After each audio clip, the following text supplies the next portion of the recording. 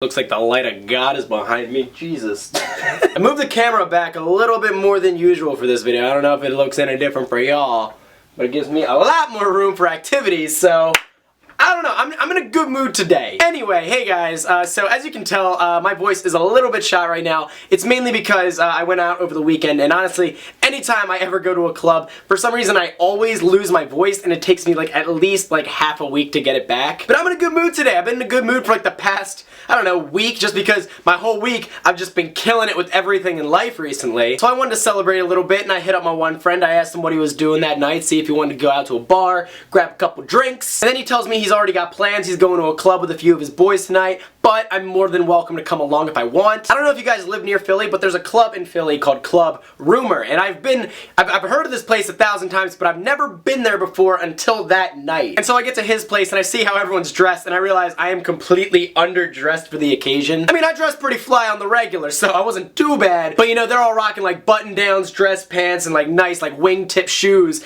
Meanwhile, I got like sneakers, jeans, and like a nice v-neck. So it was a little different. I was a little underdressed, but everything else was fine. I didn't care. So they're pre-gaming a little bit. I don't usually drink. You guys know I'm not a big drinker, but you know, I was just having a good week, so I was like, you know what? I guess one drink won't hurt. So we're pre-gaming, we call a couple of Uber rides. I want to clarify, if you're gonna drink, call an Uber. We get to the club, and what I notice is that when you're outside of a club, at least in Philly, everyone seems pretty nice. Like, I can pretty much talk to anyone. They'll laugh, they'll have a few jokes, a good time. But here's the thing, once you get into the club, once you're downstairs, the music's pumping, there's attractive women around, guys are not your friend anymore. It is a jungle down there with lions, tigers, bears. It, like, literally, I don't know what it is. I think it's just the testosterone plus attractive women.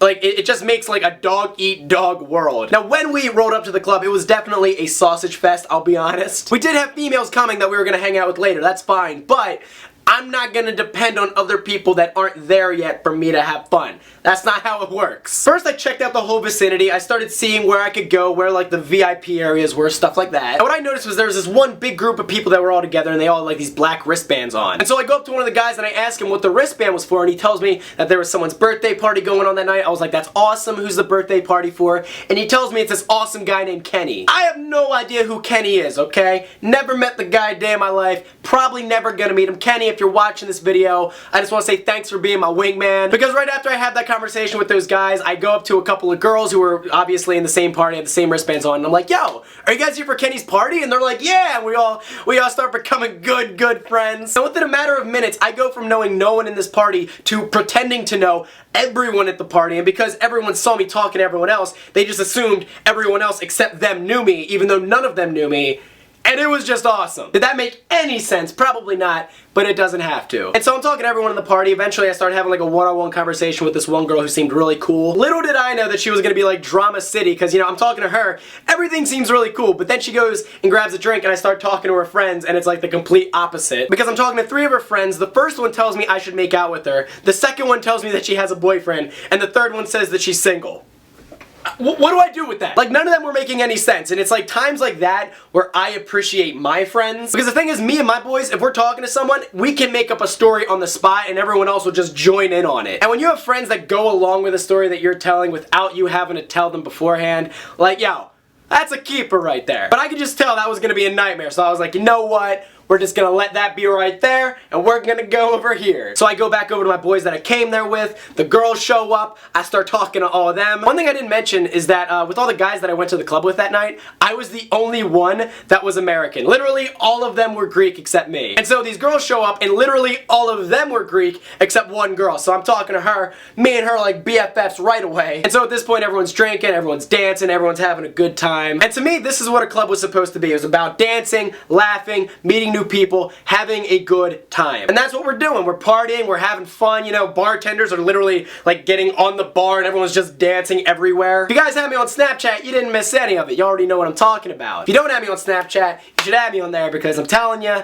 we got some good stories. And so at this point, I'm feeling nothing but good emotions. I'm having a good time. I'm meeting all kinds of people, and I'm going into another room to see if I can bring the party in there. And between the rooms, there's like little hallways, and I'm walking through one of the hallways. I turn around, and I see the girl, Drama City, from earlier, and I wave her down, I tell her to come over, and so she starts walking towards me, and this guy who comes out of nowhere, he like walks past me, cuts her off, and then starts trying to make out with her. And I'm watching this, and clearly I can tell she does not want to make out with him at all, because I mean, I found out she didn't even know him, first of all, but like I'm watching her, she's doing like the limbo, trying to like avoid his mouth. Like she looked like she was trying to dodge his kiss the same way Keanu tried to dodge that bullet in The Matrix. And so I walk back over, I grab her arm, and I kind of pull her away from the guy. I'm like, yo, back off, you know, she's mine. She's not actually mine. In fact, she probably has a boyfriend at this point. I have no idea, but I'm just like, I'm trying to help her. And this guy was pissed because he literally thought that it was like my fault that he wasn't getting with her. Like he thought everything was going great until this guy shows up. So he yells a couple curse words at me and storms off in a very sexually frustrated manner, I would say. And because I didn't go anywhere, he's the one who like ran away.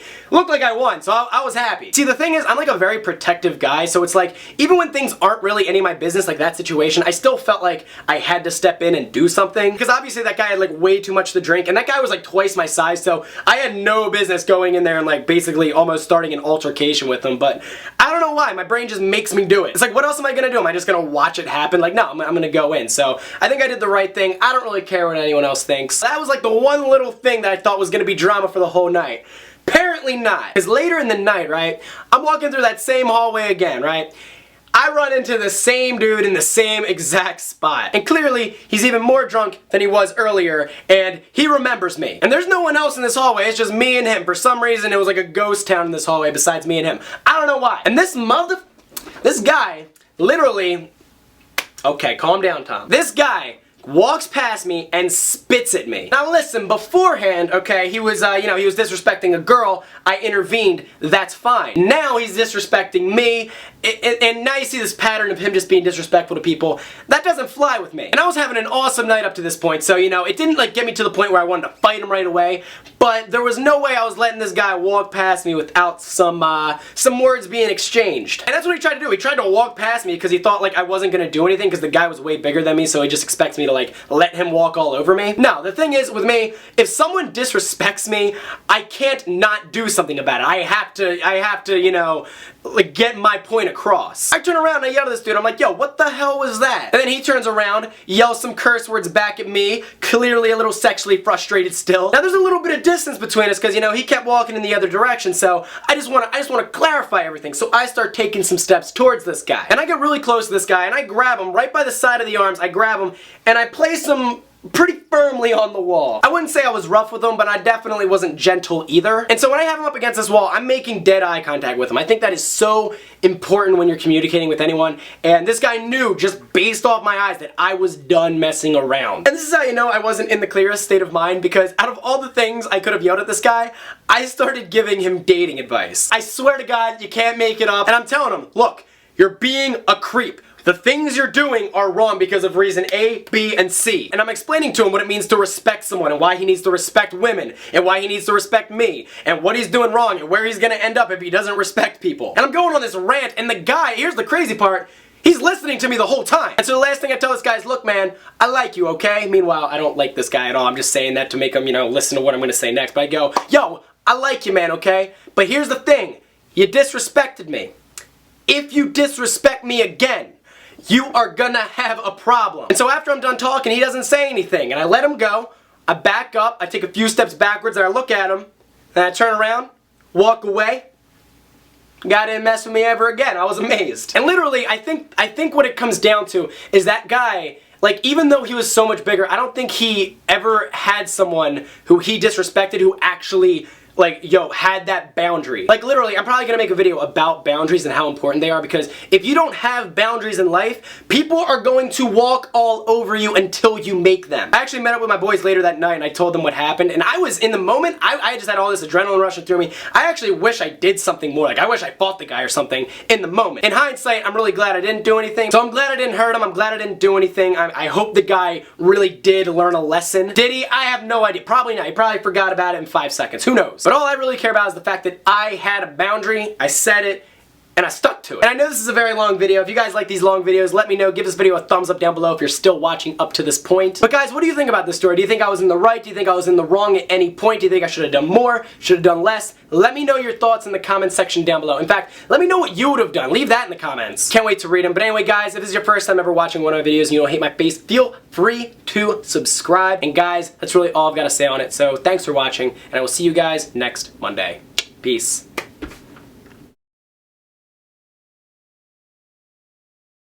It honestly looks like the light of God is like bestowed upon those two pillows right there. Can you read that? If you can read that, wow, that just changed on a dime.